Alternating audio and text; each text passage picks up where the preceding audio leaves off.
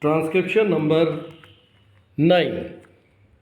Sir, the budget has been variously described and criticized as one that increases the burden of the common man, one which gives concessions to the rich and encourages foreign investments.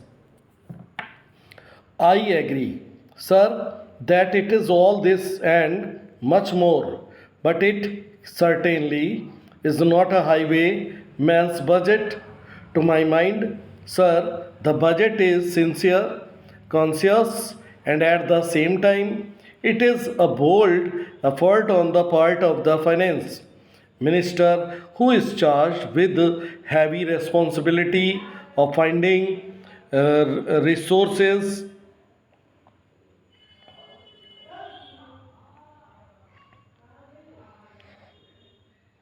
for the 10th 5 year plan.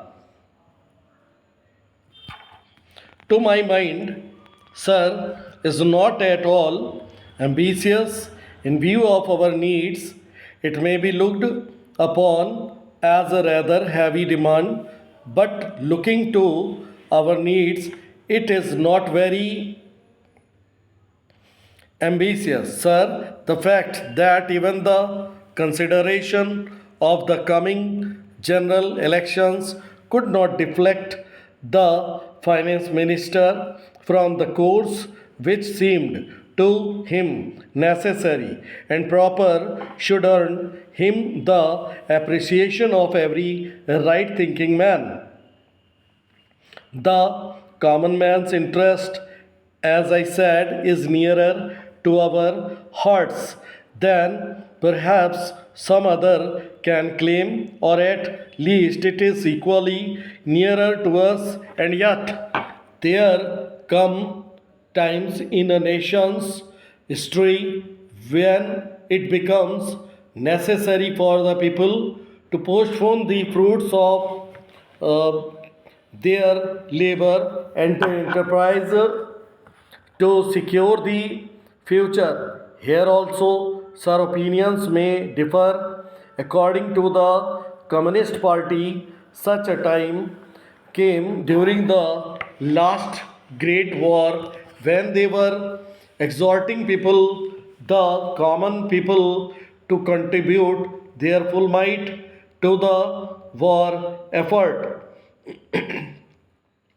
According to us, however, sir, we are passing through such a time at the present moment, and I have no doubt that the common people appreciate this position and will willingly tighten their belts,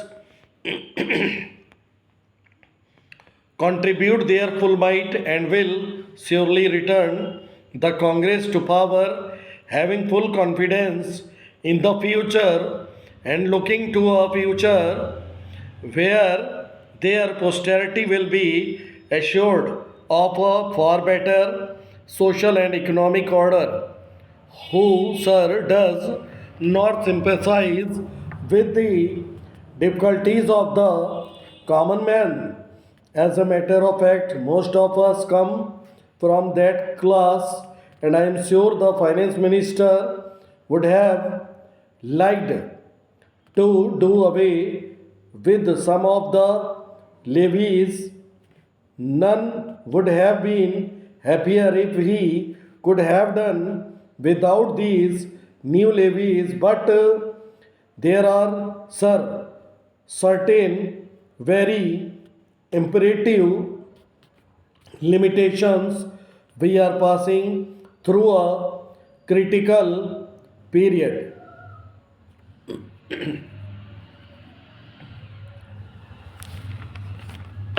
Sir, it may not be necessary to continue these levies for a long time. Rather, I am inclined to think that before long it may be possible to give up some of them at least.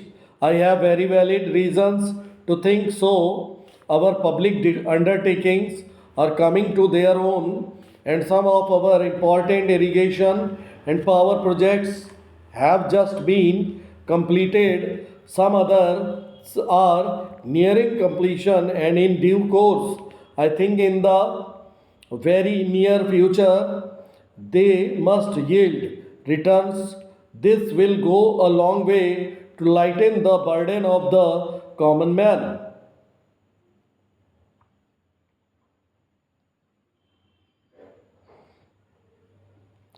We might, sir, also resort to some other ways. I suggest that we might take to public trading in some specific items of export and import that would also certainly go a long way and help us. The private corporate sector has been steadily growing and has been developing capacity. It is sure to benefit from all these present concessions and develop greater capacity. This sector must come forward to meet new demands for taxation in the future. I agree that so far as indirect taxation is concerned, it has reached the saturation point, but the corporate sector growing as it is in strength, in vitality, and in capacity will not, I am sure, shirk its responsibility to contribute to the common fund. I wish, sir, the committee which had been appointed to go into where the additional national income had gone, had entered upon its labors a bit earlier and had made its findings available to us. I do not want to state its findings, but I have a feeling that the committee, when it concludes its labors,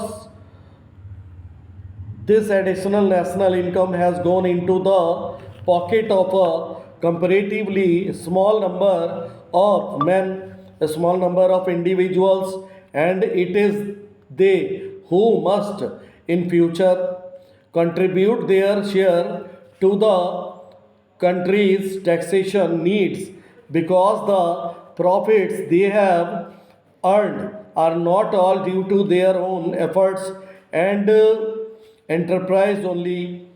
To a very large measure, they are the result of the economic policies of the government and due to certain other circumstances to which they did not contribute anything. Therefore, there is ample justification for the two taxes, the capital gains tax and the excess profits tax. I need not go in detail into all the reasons that my honorable friend has explained earlier so lucidly, but I must say that I entirely agree with them all. Having said this, I would like to say a few words about all allocation which have been made to the various ministries in the budget. Full stop.